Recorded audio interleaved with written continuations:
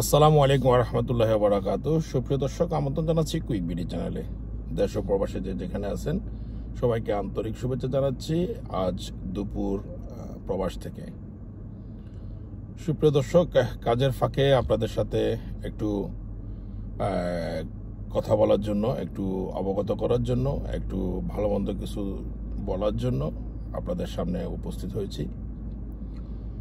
সুপ্রিয় দর্শক, আমাদের বাংলাদেশে আপনারা অবগত আছেন যে মুক্তিযোদ্ধা এটা আমাদের বাংলাদেশের জন্য একটি খুবই গৌরবময় এবং কি খুবই সম্মানিত একটা পদবি। এই মুক্তিযোদ্ধা পদবিটা নিয়ে আমাদের বাঙালি বিগত দিনে, বিগত সরকারের আমলে, আমি সরকারকে নিয়ে কথা বলবো না, বলার প্রয়োজনও নাই। সরকার যেমনটি ছিল তেমনটি তার পরিণতি হয়েছে।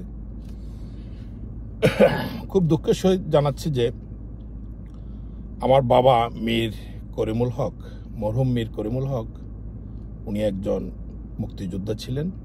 আমার দাদাও একজন মুক্তিযোদ্ধা ছিলেন। যখন বিগত দিনের সরকারের আমলে আমি যখন দেশে ছিলাম, তখন আমার বাবা সাথে আমি ছিলাম। মুক্তিযুদ্ধের যখন তালিকা লিস্ট করছিলেন যারা, তারা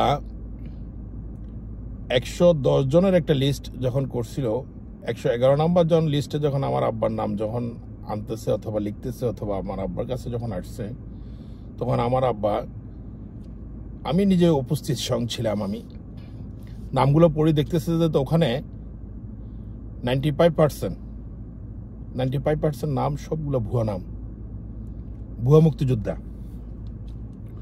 তো আমি আপনাদের উদ্দেশ্যে বলতে চাচ্ছি যে এই যে ভুয়া মুক্তিযোদ্ধা, আপনারা যে সম্মান পদটা মুক্তিযোদ্ধাকে আপনারা কলঙ্কিত করলেন, যে 95% লোক ব্যক্তি যখন একটা অ্যাটলিস্ট নাম যখন করতেছে মুক্তিযুদ্ধের নামে, যখন 95 জন, শতকরা 95 জনের নাম দেখতেছি যে ভুয়া নাম। আমার আব্বা নিজে বললো যে এখানে আমার নাম লেখার কোনো প্রয়োজন নাই, এখানে নাম লিখবে না, এরা কোনো মুক্তিযোদ্ধা না, মুক্তিযোদ্ধা এখানে নাম লেখার আমার কোনো প্রয়োজন নাই। আর এই সরকারকে আমি ডিসলাইক করি, আমি পছন্দ করি না, এই সরকারের কার্যকলাপ আমি পছন্দ করি না। এই সরকারের আমলে যেই মুক্তিযুদ্ধের নামগুলো আসতেছে এগুলা সব ভুয়া নাম, এগুলাতে আমার নাম লেখার দরকার না, আমার প্রয়োজন নাই। দেশের জন্য আমি যেটা করছি সেটা আমার দেশপ্রেম ছিল, আমার ভালোবাসা ছিল, আমার আন্তরিকতা ছিল। আন্তরিকতার সহিত আমরা তখন আমাদের দায়িত্ব থেকে, আমাদের দায়িত্ববোধ থেকে, আমাদের কর্তব্য থেকে আমরা আমাদের কর্তব্য পালন করছি। আপনারা জানেন, অবগত আছেন, ফেনীর পূর্বাঞ্চলে আমার বাড়ি, পশ্চিম ফাজিলপুরে। আমার জানা মতে আমার আব্বার খুবই ক্লোজ বন্ধু ছিল মফিজ কমান্ডার, আবুল হোসেন কমান্ডার। এরা জানেন, অবশ্যই অবগত আছেন, অবশ্যই এরা সত্যিকার একজন মুক্তিযোদ্ধা। এদের সাথে আমার আব্বার যখন কুশল বিনিময় অথবা কথোপকথন অনেক সময় হতো, তখন আমার এই পাশে ছিলাম, আমি তখন ছোট ছিলাম। তো তখন এটা বেশি দূরের কথা না, গত 10-15 বছর অথবা 20 বছর আগের কথা। তো তখন এই সরকারের আমলে 95% ব্যক্তি যখন ভুয়া মুক্তিযুদ্ধের নাম লিখিত হচ্ছে, তো তখন আমার আব্বা খুব দুঃখ প্রকাশ করলো যে কোন দেশে বাস করছি আমরা। যারা দেশপ্রেম জন্য, যারা যুদ্ধে ঝাঁপিয়ে পড়ছিল, দেশপ্রেম ছিল, তারা আজ তাদের নাম নাই, তারা এখানে ভুয়া মুক্তিযুদ্ধের নাম লিস্ট করছে। গতকাল আমরা একটা সোশ্যাল মিডিয়াতে আমরা দেখেছি কি শিশু মুক্তিযোদ্ধা।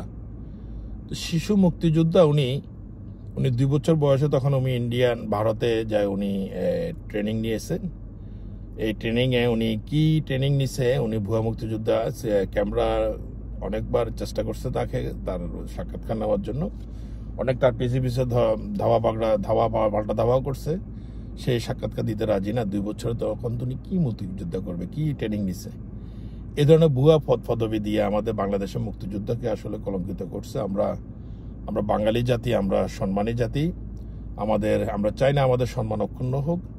আমাদের এই বাংলাদেশের মুক্তিযোদ্ধা যারা রিয়েল সত্যিকার অর্থে যারা মুক্তিযুদ্ধ করেছেন 1971 সালে, এই মুক্তিযোদ্ধাদেরকে সঠিক বিচার বিবেচনা করে আগামীতে যারা দেশ সরকার গঠন করবেন অথবা দেশ পরিচালনা করবেন, তাদের প্রতি আমাদের অনুরোধ থাকবে, যারা সত্যিকার মুক্তিযোদ্ধা যারা, তাদের সত্যিকারভাবে নাম লিস্ট করুন, নাম করুন। এবং কি ইতিমধ্যে আবার অনেকে ভুয়া মুক্তিযোদ্ধা তারাও মারা গেছে, অনেক সময় আবার দেখা গেছে যে অনেক যারা রিয়েল মুক্তিযোদ্ধা তারাও মৃত্যুবরণ করছে। যাক, আল্লাহ তাআলা সকল মুক্তিযোদ্ধাকে জান্নাতবাসী করুক। তারা তাদের যথেষ্ট দেশপ্রেম ছিল, দেশপ্রেম থাকার কারণে আজকে আমরা স্বাধীন বাংলাদেশ।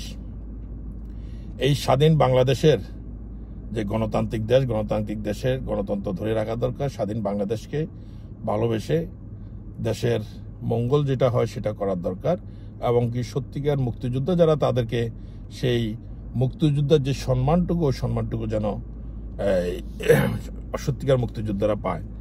আমার বাবা তো মরহুম হয়ে গেছেন, ইনশাল্লাহ, আল্লাহ আলহামদুলিল্লাহ, আল্লাহ দরবারে শুক্রিয়া। আমার বাবা এই ভুয়া মুক্তিযুদ্ধের নামে লিস্টে আমার বাবার নাম আসে নাই। আমাদের ওই ভুয়া মুক্তিযোদ্ধার নাম লিস্ট করে সরকার থেকে কিছু প্রণোদনা অথবা সরকার থেকে কিছু রেমিটেন্স অথবা সরকার থেকে কিছু মান্থলি অথবা বৎসরিক যেটা একটা কিছু পাওয়া, এটা আমার আব্বা চায়নি। আমার আব্বা চাইছে যে দেশের জন্য যেটা করছি সেটা দেশের ভালোবাসা, দেশকে ভালোবাসি করছি, সেটার জন্য আমি আমার বিনিময় কেন নেব। তখন আমার আব্বা আমাদেরকে এগুলো বুঝাতেন। যাক, আমরা সবাই আমার মরহুম আব্বাজানের জন্য আমরা দোয়া করি।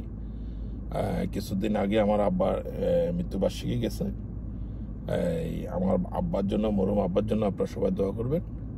এই ধরনের সত্যিকার রিয়েল মুক্তিযোদ্ধা যারা, তাদেরকে আমাদের আগামীতে প্রশাসন বিভাগ এবং কি মুক্তিযোদ্ধা, আমি যেটা মনে করি যারা সত্যিকার মুক্তিযোদ্ধা তাদের একটা কমিটি অথবা তাদের একটা কমিউনিটি এটা থাকা প্রয়োজন, এটা করা প্রয়োজন। যারা সত্যিকার মুক্তিযোদ্ধা ছিলেন, এদের ইতিমধ্যে তো অনেকেই মারা গেছেন, অনেক যুদ্ধ মুক্তিযুদ্ধ হয়েছে, আজকে 50 ইয়ার্স আপ হয়ে গেছে, 50-55 বছর।